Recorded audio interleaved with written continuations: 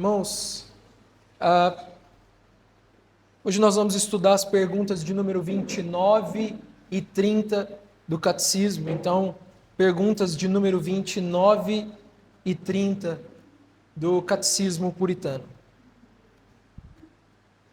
Antes de nós lermos as perguntas, eu quero trazer alguns questionamentos, algumas perguntas para vocês, para nos ajudar a começar a pensar sobre o tema que será tratado nessa aula de hoje.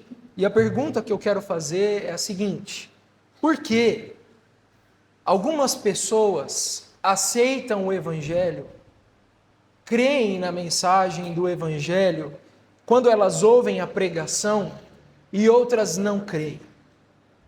Por que dentre uma multidão, algumas pessoas dão crédito à pregação do Evangelho e recebem o Senhor Jesus, e outras tantas continuam seu caminho e não dão ouvidos à mensagem do Evangelho? O mesmo Evangelho pregado para todos leva alguns ao arrependimento e outros não. Algumas pessoas ficam mais endurecidas e mais raivosas. Qual o motivo? Por qual razão? Por que uns acreditam e outros não? Pensando sem consultar as Escrituras, nós poderíamos dar duas respostas. A primeira delas é que a gente poderia dizer que uns são mais pecadores por natureza do que os outros. Essas pessoas que não aceitam, essas pessoas que não ouvem, essas pessoas que não querem, elas, aos nossos olhos, poderiam parecer piores do que as outras. Casos mais difíceis, casos mais complexos, pessoas que afundaram mais no pecado e na iniquidade. Porém, a Bíblia diz, em Efésios 2, capítulo 2, versículo 1, a Bíblia ensina que todos estão mortos nos seus delitos e pecados. Existe diferença entre mortos? Pessoas mais mortas e pessoas menos mortas? Então está correto dizer que aquelas pessoas que não aceitam, elas não aceitam porque elas foram mais fundo no pecado? Não está correto dizer. Por quê? Porque o testemunho da Bíblia é de que, se Deus nos deixar, ninguém crê. Todos estão mortos. Uma segunda resposta é que o Evangelho só é dirigido e pregado de forma eficaz, só é pregado de fato para aqueles que vão crer, ou aqueles que nós chamamos de eleitos. Somente os eleitos ouvem a pregação do Evangelho. Porém, a Bíblia diz em Romanos capítulo 10, versículo 13, que todo aquele que invocar o nome do Senhor será salvo. Então o Evangelho, ele é pregado para todos indistintamente, ele não é pregado apenas para alguns. Ou você, antes de pregar o Evangelho, pede a carteirinha de eleito das pessoas? Não, o Evangelho é dirigido para todas as pessoas. Então, a causa de algumas pessoas crerem e outras pessoas não crerem, não é porque uns são mais ou menos pecadores, e nem porque a mensagem é pregada especificamente para uns ou para outros. Então, qual é a resposta? Por que umas pessoas recebem e outras não? É o que o Catecismo responde nas perguntas de número 29 e 30. Vamos lá? Pergunta de número 29, então. Como o Espírito aplica a nós a redenção adquirida por Cristo? Então, nós vimos nas aulas anteriores que a salvação, que Jesus Cristo, ele é o Redentor, certo? Ele é o Salvador. E ele garante, ele compra essa redenção, essa salvação, mediante a sua obra de humilhação, certo? Ele então deixa a sua glória, se torna um homem Então ele é o Deus homem, ele padece, ele sofre, ele cumpre toda a lei em obediência perfeita para garantir para nós redenção. Ele paga então na cruz pelos nossos pecados. Mas como que essa redenção ela é comunicada a nós? Como que uma pessoa toma posse dessa redenção, por assim dizer? Como que ela se torna proprietária dessa redenção? Nós vimos que é o Espírito Santo, na semana passada, é o Espírito Santo quem aplica essa redenção no coração dos homens. Sem o Espírito Santo, a obra não é completada, certo? Ela não é continuada, porque a pessoa não recebe, então, essa redenção. E a pergunta de hoje é: como o Espírito Santo faz isso? Como o Espírito Santo aplica essa salvação no nosso coração? Nós já entendemos que é o Espírito quem aplica, certo? Mas como? De que maneira? O que o Espírito Santo faz para trazer essa salvação para nós? A resposta é: o Espírito aplica a nós a redenção adquirida por Cristo pela fé que é operada em nós, e por esta nos une a Cristo em nosso chamado eficaz. Então, qual é a resposta? O Espírito Santo aplica em nós essa redenção por meio da fé que é operada em nós. Isso está descrito em Efésios capítulo 2, versículo 8. Abre a sua Bíblia em Efésios capítulo 2.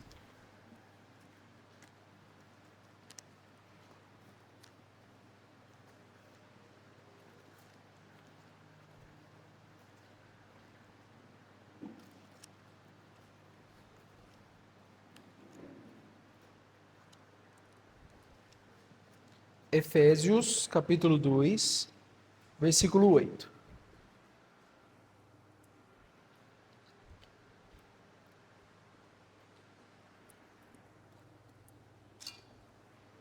Texto muitíssimo conhecido que diz o seguinte: porque pela graça vocês são salvos, mediante a fé.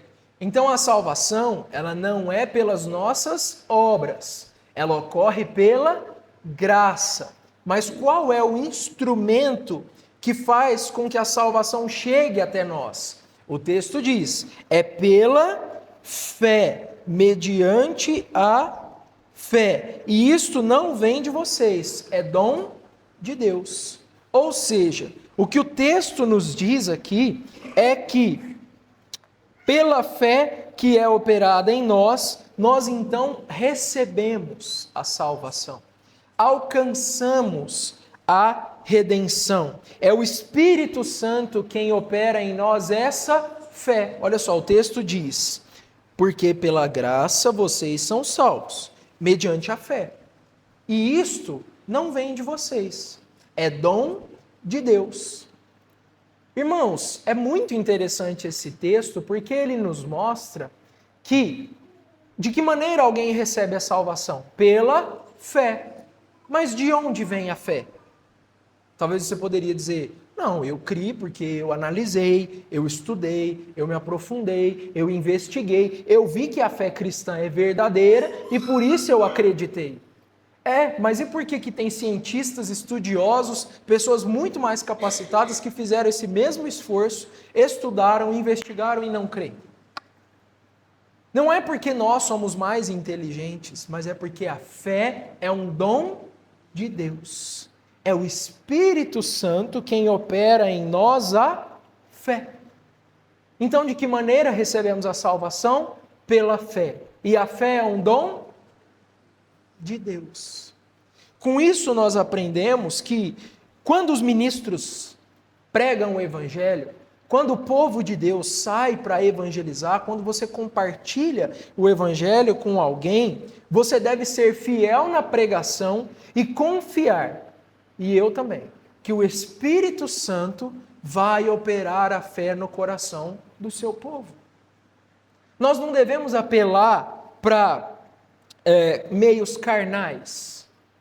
Não devemos tentar manipular as pessoas através dos seus sentimentos, fazer eventos cheios de drama e de situações para mexer com os sentimentos e sugerir às pessoas e quebrantar as pessoas através dos acordes tocados no violão ou no teclado e fazer algo para manipular as emoções das pessoas. Por quê? Porque nós devemos apenas pregar com fidelidade e confiar que o Espírito Santo vai operar a fé no coração das pessoas. E nesse sentido também aprendemos que aqueles que creem não podem se orgulhar. Eles não podem ter nenhum tipo de arrogância com relação às pessoas que não creem. Por quê? Porque se você crê, é porque Deus te deu o dom da fé. A fé é um dom. A fé é um presente. É algo que você recebe, que Deus opera no seu coração.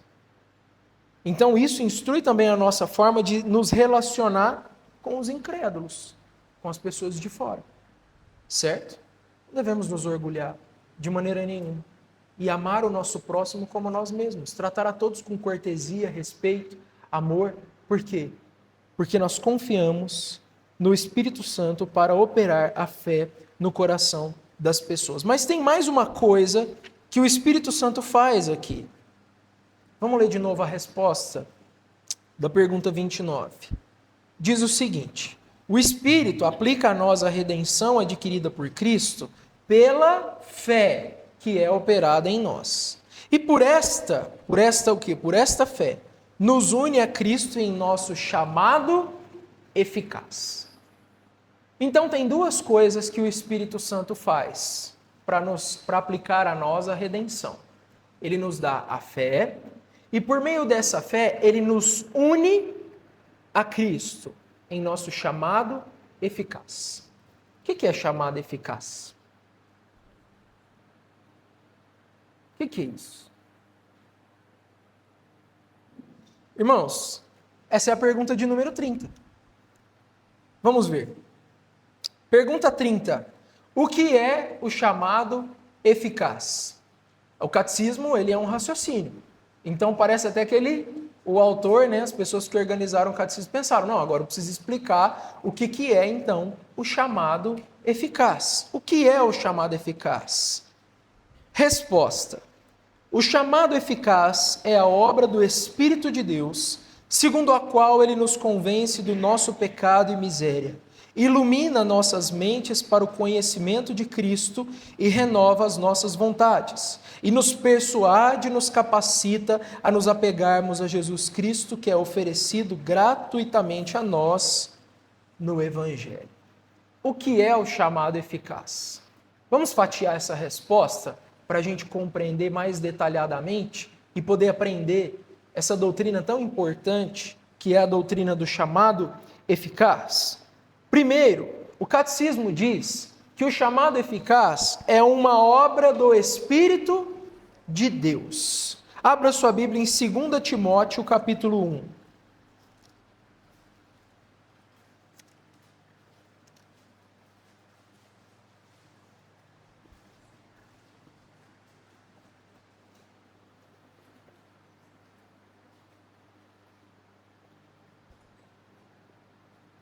Segunda Timóteo 1, versículo 9.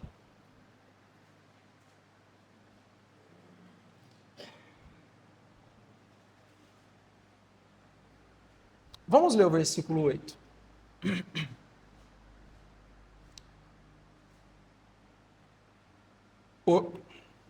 Opa, peraí que eu acho que... É isso mesmo. Portanto, não se envergonhe do testemunho do nosso Senhor, nem do seu prisioneiro, que sou eu.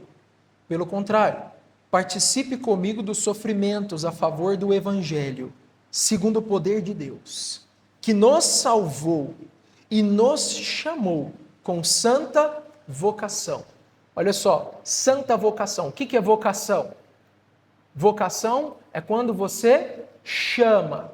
Santa vocação é santo chamado. Então ele está falando que Deus chama. Deus nos chamou com uma santa vocação. E aí o texto continua dizendo assim: que nos salvou e nos chamou com santa vocação, não segundo as nossas obras, mas conforme a sua própria determinação e graça que nos foi dada em Cristo Jesus antes dos tempos eternos. Olha que coisa maravilhosa que o apóstolo Paulo ensina aqui. Ele ensina que o Espírito de Deus, ele nos salva e ele nos chama com santa vocação. É um chamado interno, é um chamado que o Espírito Santo faz às nossas almas. É uma obra do Espírito Santo de Deus, de uma forma particular, e não é de acordo com as nossas obras. Então, aquelas pessoas que creem, elas são chamadas. Por quê? Por causa das suas obras? Não. Não é com base em nenhum mérito que existe nelas. Elas não são chamadas por causa das suas obras mortas, mas elas são chamadas de acordo com a eleição eterna de Deus. Olha o que o texto diz. Mas conforme a sua própria determinação, ou seja, de acordo com a sua própria vontade, de acordo com o seu próprio decreto, né? E o texto vai dizer: determinação e graça que nos foi dada em Cristo antes dos tempos eternos. Então, o texto aqui, ele nos mostra primeiro que esse chamado, essa vocação particular que o Espírito Santo faz a quem crê, este chamado, ele é uma obra soberana do Espírito Santo. De acordo com a sua vontade, de acordo com a sua determinação, de acordo com a sua graça, que ele decidiu fazer desde os tempos eternos. É esse o sentido do texto de João 3, quando diz que o vento sopra aonde quer. Ou seja, a obra do Espírito sopra aonde o Espírito quer. É de acordo com a vontade do Espírito Santo de Deus. Então, é uma obra soberana do Espírito Santo. O que mais? O Catecismo também nos ensina que essa obra do Espírito Santo é uma obra de convencimento do pecado e da miséria. Convencimento do pecado e da miséria. O Catecismo ele vai ensinar que a queda nos lançou em um estado de pecado e de miséria. Então, para você ser chamado das trevas para a luz, para a redenção ser aplicada ao seu coração, você precisa ser convencido do seu estado de pecado e de miséria. Senão você não vem. É o que a Bíblia nos mostra em Atos capítulo 2, versículo 37. Vamos lá.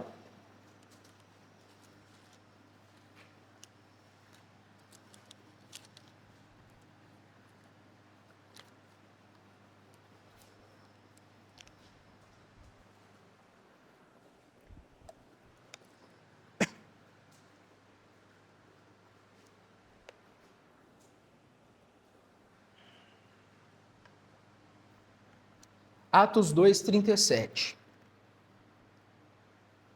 Diz o seguinte: quando ouviram isso, ficaram muito comovidos e perguntaram a Pedro e aos demais apóstolos: que faremos, irmãos?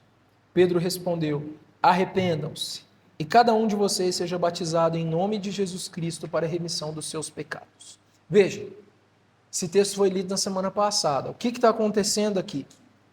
Pedro, o apóstolo, se levanta no dia de Pentecostes e prega em Jerusalém. Jerusalém está lotada, Jerusalém está cheia.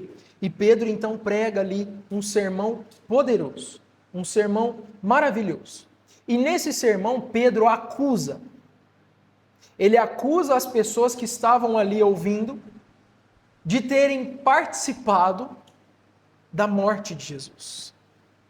Pedro diz: vocês mataram o Senhor. Vocês entregaram o Senhor para morrer.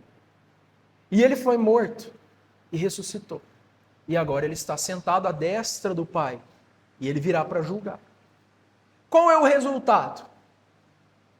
O texto diz que aquelas pessoas que poucas semanas antes, pouco tempo antes, tinha participado do assassinato do Senhor, essas pessoas, o texto diz que elas ficam muito comovidas, quebrantadas, convencidas do seu pecado, ou seja, da sua culpa e do seu estado de miséria.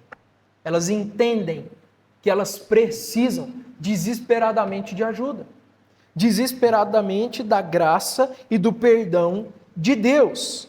Ou seja, essa obra do Espírito Santo que nos chama é uma obra também em que o Espírito Santo nos convence, porque ele convence o homem e o mundo do pecado, da justiça e do juízo. Então, essa obra do Espírito Santo é uma obra de convencimento do pecado e da miséria para nos levar ao arrependimento.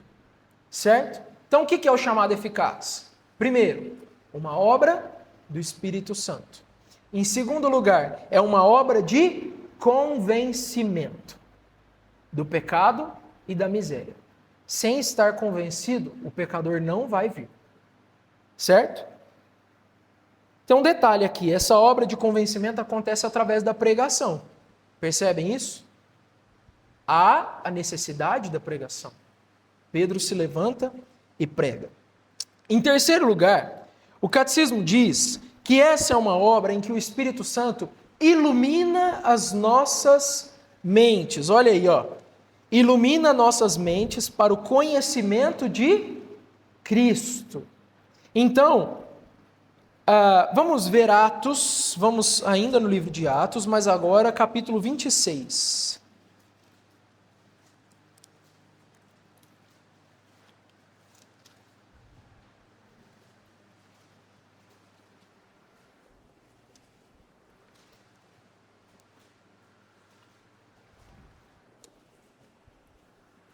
Atos 26. Versículo 18. Vamos ler o 17. Vou livrar você do seu próprio povo e dos gentios. Aqui é o Senhor se dirigindo a Paulo. Vou livrar você do seu próprio povo e dos gentios, para os quais eu o envio, para abrir os olhos deles e convertê-los das trevas para a luz e do poder de Satanás para Deus, a fim de que eles recebam remissão de pecados e herança entre os que são santificados pela fé em mim. Nesse texto aqui, tem o chamado do apóstolo Paulo. É a missão que o Senhor está entregando para ele. E qual é a missão? Qual é o chamado? Ele está sendo chamado para abrir os olhos dos cegos. Abrir os olhos dos cegos. Tirar os cegos das trevas e trazer eles para a luz. Livrá-los do poder de Satanás e entregá-los nas mãos de Deus. É esse o chamado do apóstolo Paulo. Como Cristo abria os olhos dos cegos, o Espírito Santo, então, ilumina a nossa mente, para que nós possamos enxergar a realidade do mundo espiritual. Para que nós possamos enxergar a realidade do pecado, da miséria, mas para que também a gente consiga enxergar o próprio Senhor Jesus Cristo. E para isso nós precisamos de uma iluminação espiritual. Para isso nós precisamos sair das trevas. Então essa obra de chamado, do chamado eficaz, gente, isso aqui é uma das doutrinas mais bonitas da Bíblia. Porque pelo chamado eficaz, o Espírito Santo nos convence e ilumina a nossa mente. Abre os nossos olhos para que nós possamos contemplar o Senhor Jesus. Lembra daquela passagem de João? Eu acho que é o capítulo 9, em que Jesus ele cura um cego de nascença e ele passa então barro nos olhos do cego e o cego olha e fala assim: eu estou vendo como que árvores. E na verdade eram as pessoas. Mas ele diz: eu estou vendo como que árvores. Ou seja, a sua visão estava embaçada, a sua visão estava perturbada. E o Senhor então passa novamente o barro nos seus olhos e ele então enxerga tudo com clareza. E ele vê, e a primeira coisa que os seus olhos enxergam é o Senhor Jesus. Imagina ter os seus olhos abertos e o primeiro rosto que você observa é o do Salvador. A obra que o Espírito Santo realiza é essa, de iluminar a nossa mente. E você e eu que estávamos perdidos no pecado, abrimos os nossos olhos espirituais e contemplamos o Salvador. Enxergamos o Senhor Jesus Cristo. Por isso, irmãos, o ministério cristão só vai ser frutífero se for cheio do Espírito Santo. A igreja só vai ter sucesso na sua missão se ela estiver cheia do Espírito Santo. Somente assim os cegos poderão ver. Isso nos mostra também Perceba como que as filosofias, as sutilezas, a manipulação, técnicas de convencimento a partir de psicologia, psicanálise e neurolinguística, neuroplasticidade e todas essas novidades modernas, vejam como que isso tudo é inútil no púlpito. Tudo isso é inútil na pregação. Tudo isso não tem nenhuma eficácia se a mente do homem não for iluminada. Se os olhos do cego não forem abertos, nada disso tem nenhum valor. A igreja tem que ser fora de moda mesmo. Ah, não, por que as paredes de vocês não são pretas, né? E não tem todo um jogo de luzes e fumaça e coisas, né, que nos emocionam e músicas e tal. Não. Nós precisamos de estar cheios do Espírito Santo. E uma vez cheios do Espírito Santo, ele ilumina os olhos dos pecadores e mostra o Senhor Jesus. Então, o chamado eficaz é uma obra do Espírito Santo. Em segundo lugar, é uma obra de convencimento. Ele nos convence. Em terceiro lugar, é uma obra de iluminação. Ele ilumina a nossa mente. Ele abre os nossos olhos. Em quarto lugar, é uma obra de renovação da vontade. O catecismo vai dizer o seguinte, que ele renova as nossas vontades. E aí nós vamos em Ezequiel, capítulo 36.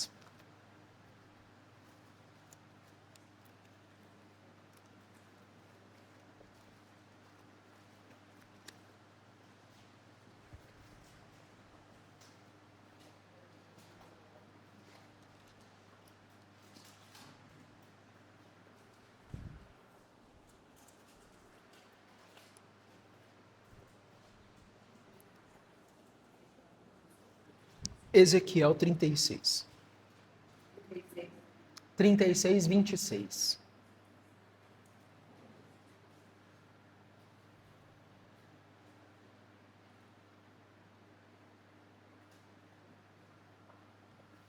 Vamos ler a partir do 24, mas o foco é o 26. Vamos lá. Eu os tirarei do meio das nações. Eu os congregarei de todos os países e os trarei de volta para a sua própria terra. Então aspergirei água pura sobre vocês, e vocês ficarão purificados.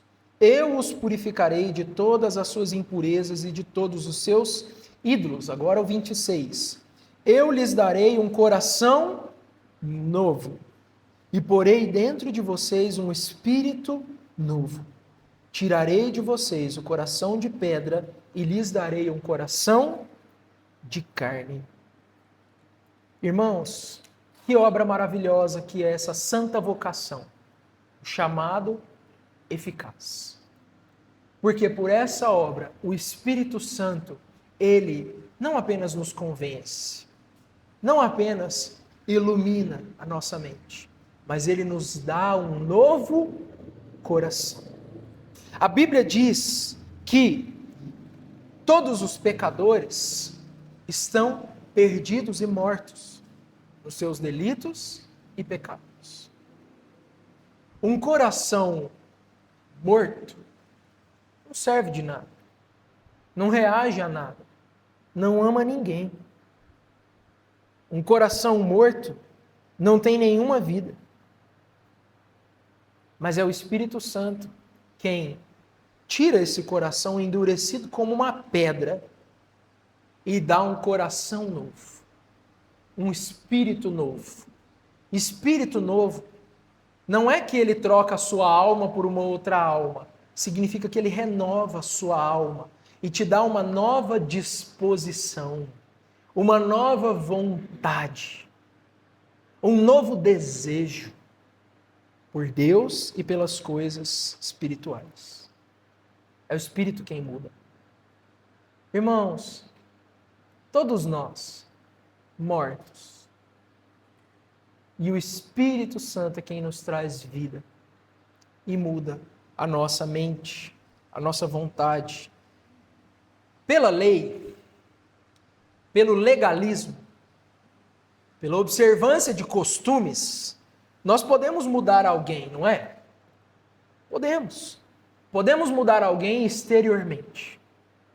Essa pessoa pode mudar do lado de fora. A pessoa pode abandonar vícios, ela pode abandonar a sensualidade, ela pode abandonar a imoralidade. Uma pessoa pode mudar o seu vocabulário. A pessoa vem para a igreja e ela começa a falar coisas diferentes.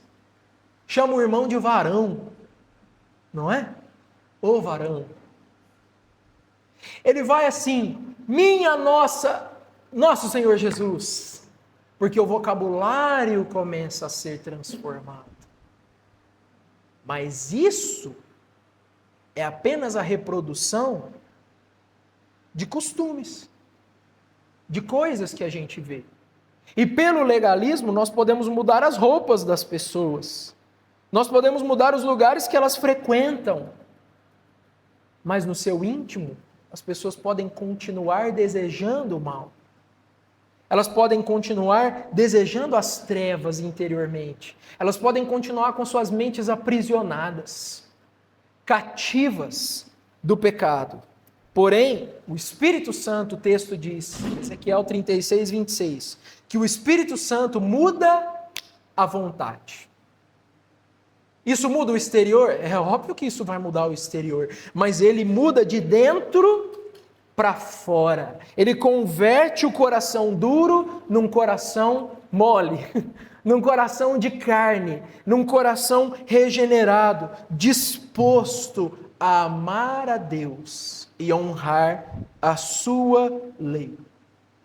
A santidade que era detestada, agora é desejada.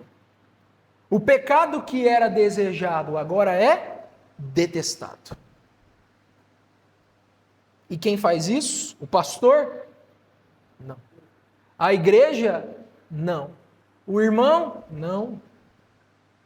O Espírito Santo é quem muda o coração do homem e dá para o homem uma nova vontade. Então, que é o chamado eficaz? Uma obra do Espírito Santo. Uma obra de convencimento do pecado e da miséria. Uma obra de iluminação das nossas mentes e uma obra de renovação da vontade. Coração novo. E o catecismo fecha dizendo o seguinte, que ele nos persuade e nos capacita a nos apegarmos a Jesus Cristo, que é oferecido gratuitamente a nós no Evangelho. Vai lá em João, capítulo 6.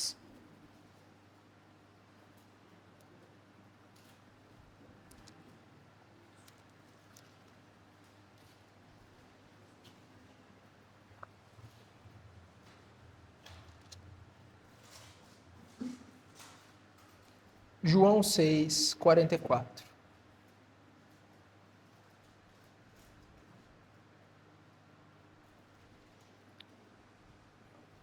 Diz o seguinte o texto,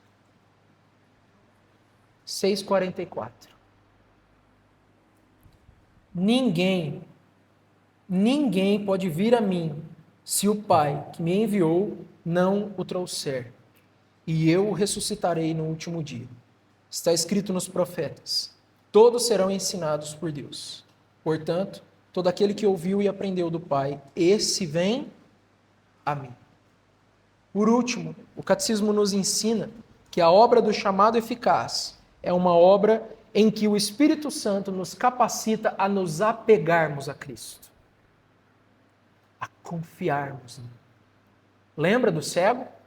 Jesus abre os olhos do cego, mas o cego poderia abrir os olhos, ver o Senhor Jesus, dar as costas e ir para outro lugar. Não é verdade? Ele poderia deixar Jesus ali mesmo, como aqueles leprosos. 10 curados, apenas um voltou para agradecer. Quem é que capacita o um a voltar para agradecer? É o Espírito Santo. Quem é que capacita o cego a olhar para Jesus e se apegar a Ele? O Espírito Santo.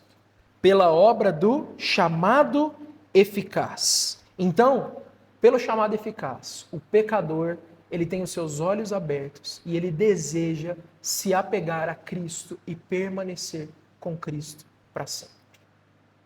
Amém?